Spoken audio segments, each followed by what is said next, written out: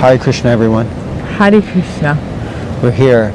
It's like a tornado. So Yeah, it during is. the reading, the camera blows off or gets sucked up into a tornado funnel. And Look at my say a hair. prayer for us. It's because of the wind. Look at it. Looks normal. Yeah. It's because I got naturally curly hair. Yeah. I do. In my hair. That's a disclaimer for in case anyone. Look at it. This is embarrassing. Let's read Bhagavatam, alright. Oh dear. All right. So we're Canto 3, no, chapter. we have to see behind what us. is it? Behind us is Conway Yes. Hall. So we're Conway in Red Hall. Lion Square today. So major auspicious landmark in the London Yatra. This is where Srila Prabhupada spoke the introduction. If you read Sri Upanishad, you have the introduction, and he spoke that here. Those classes were here, and this is also, some of you may know, where when he was here, not so many people came, and the devotees were really feeling sad. Swamiji, really sorry. We did all this, and no one really came. He said, "No, didn't you see Lord Brahma, Narada Muni? He saw all the demigods, he saw Brahma, Lord Brahma, Narada Muni, he saw them here. They came here to Conway Hall." So keep your eyes peeled, you might see him.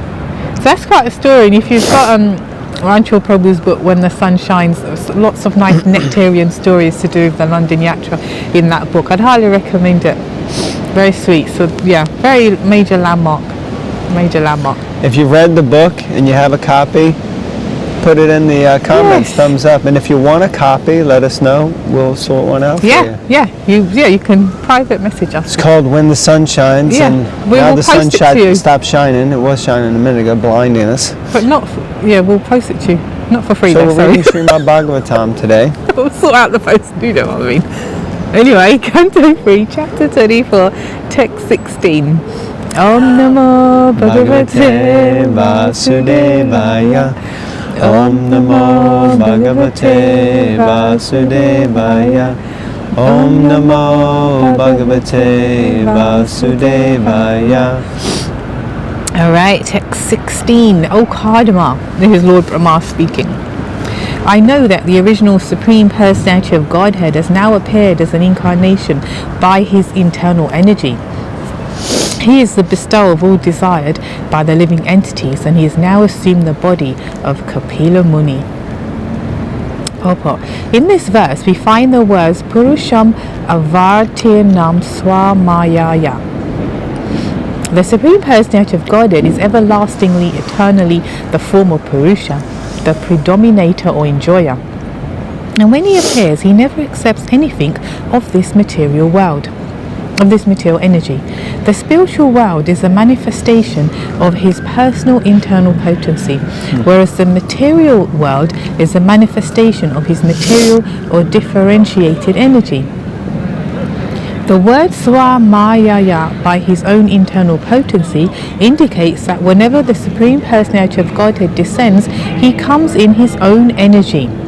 He may assume the body of a human being, but that body is not material.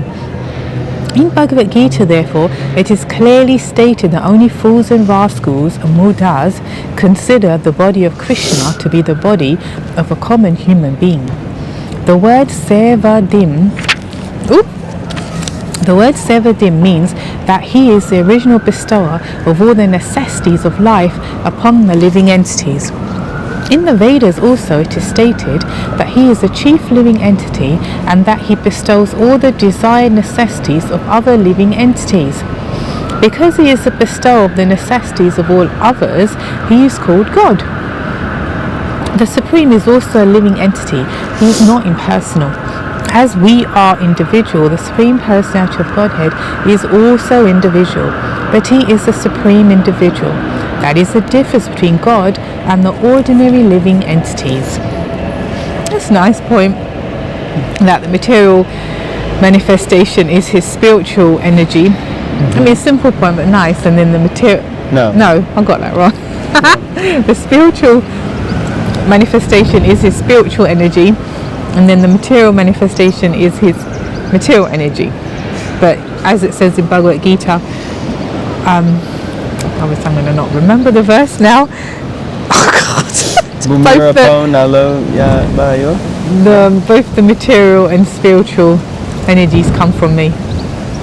Oh, yes. That is Aham Sarvasya Prabhavo Mata Sarvam Pravartate Iti Matva Bhajante Mam. You move your lips and pretend. I'll paraphrase it. Yeah. All spiritual and material worlds emanate from me. Yeah. Simple. It's such a simple science if you think about it, and it's true. It doesn't have to be complicated.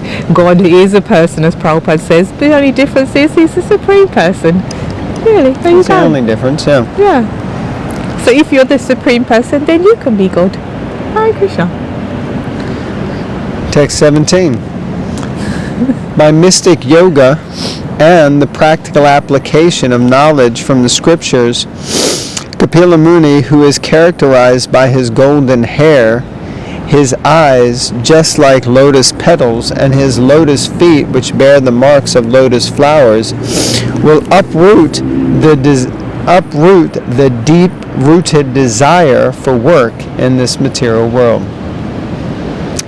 In this verse, the activities and bodily features of Kapila Muni are very nicely described. The activities of Kapila Muni are forecast herein. He will present the philosophy of Sankhya in such a way that by studying his philosophy, people will be able to uproot the deep-rooted desire for karma, fruitive activities. Everyone in this material world engages in achieving the fruits of his labor. A man tries to be happy by achieving the fruits of his own honest labor, but actually he becomes more and more entangled. One cannot get out of this entanglement unless he has perfect knowledge or devotional service. So he's got to either be a Gyani or a Bhakta. Next paragraph. Those who are trying to get out of the entanglement by speculation are also doing their best, but in the Vedic scriptures we find that if one has taken to the devotional service of the Lord in Krishna consciousness, he can very easily uproot the deep-rooted desire for fruitive activities. Sankhya philosophy will be broadcast by Kapila Muni for that purpose. His bodily features are also described herein. Jnana does not refer to ordinary research work. Jnana entails receiving knowledge from the scriptures through the spiritual master by disciplic succession. In the modern age, there is a tendency to do research by mental speculation and concoction, but the man who speculates forgets that he himself is subject to the four defects of nature. He is sure to commit mistakes. This is the topic that Prabhupada covered when he spoke here. But anyway, carry on. He is sure to commit mistakes. His senses are imperfect. He is sure to fall into illusion, and he is cheating. Unless one has perfect knowledge from disciplic succession, he simply puts forth some theories of his own creation. Therefore, he is cheating people. Cheater. Jnana means knowledge received through disciplic succession from the scriptures, and Vijnana means practical application of such knowledge. Kapila Muni's Sankhya system of philosophy is based on Jnana and Vijnana. Let's read that last sentence. Jnana means knowledge received through disciplic succession from the scriptures, and Vijnana means practical application of such knowledge. Right. Okay. So then I book knowledge, and then I have realization of it, so I act on it. Yeah.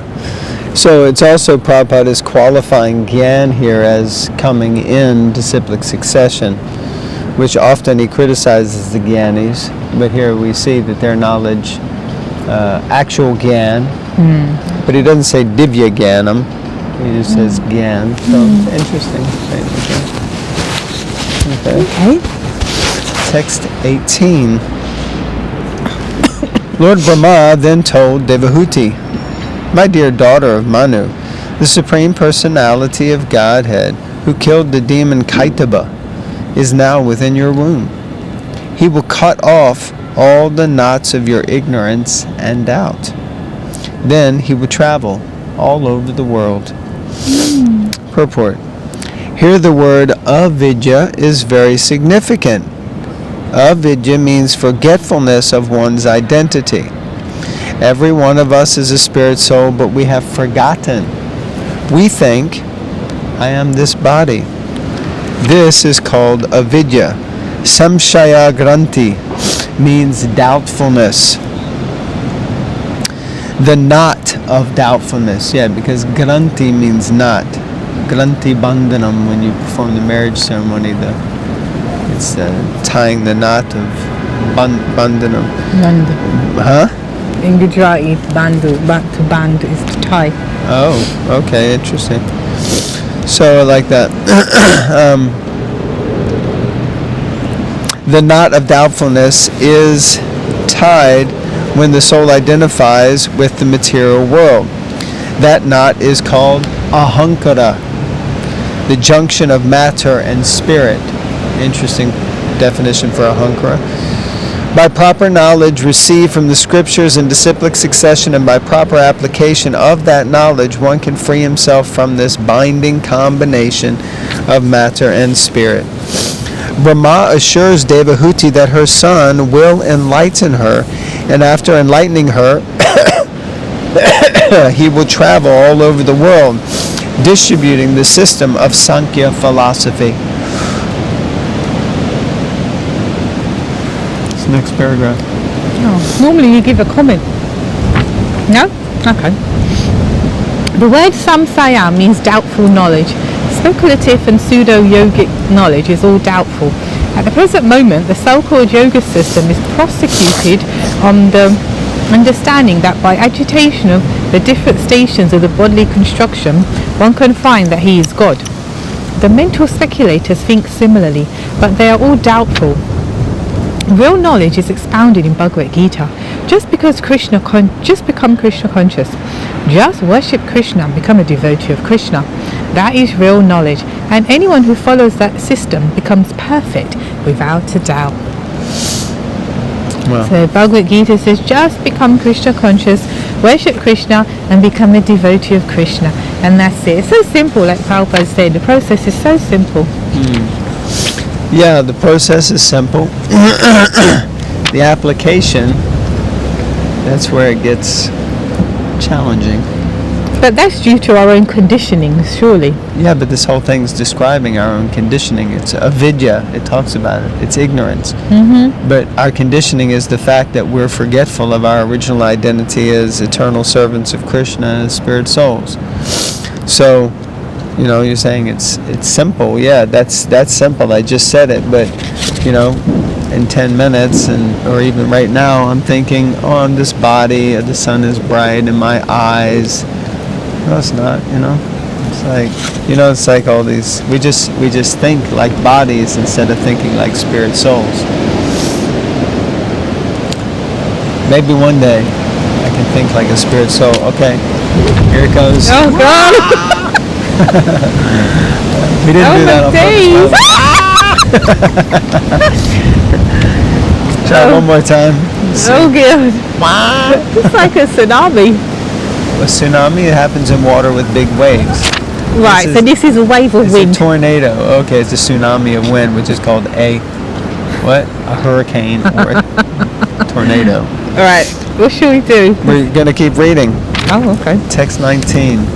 We're going to read one more. No, 19. All right, your son will be the head of all That was my turn, I think. I know, but hurry up then. Hello. I don't think we're going to get blown away like in the Wizard of Oz or something. Your son will be the head of all the perfected souls. He will be approved by the acharyas, expert in disseminating real knowledge. And among the people, he will be celebrated by the name Kapila. As the son of Devahuti, he will increase your fame.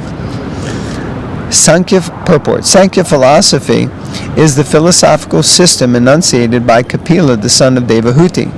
The other Kapila, who is not the son of Devahuti, is an imitation. This is confirmed. This is the statement of Brahma, and because we belong to Brahma's disciplic succession, we should accept his statement that the real Kapila is the son of Devahuti, and that real Sankhya philosophy is the system It's the system. It's the system. Oh my God. Okay, I was pretending a little bit there, but not so much. But it's windy. Is the son of Devahuti, and that real Sankhya philosophy is a system of philosophy which he introduced, which will be accepted by the acharyas, the directors of spiritual discipline. The word susamata means accepted by persons who are counted upon to give their good opinion. That's interesting. Susamata. Susamata. The persons whom we expect and are counted upon to give their good opinion. So that's it. There you go. There you go, and there you have it, Mike. All right. We're gonna have to. Oh God, it's crazy, isn't it? One day sunny, one day windy, one day freezing cold. But here we are. Still reading the Come one sun, constant. what does it come? Rain or shine, sleet Hail. or freezing rain, whatever it is. Yeah. Snow. Come hail or sun. Hail or high water. Oh, what is the phrase? Anyway, we're reading Bhagavatam, and you should too. Okay, thank you very much for tuning in. Hare Krishna. Hare Krishna.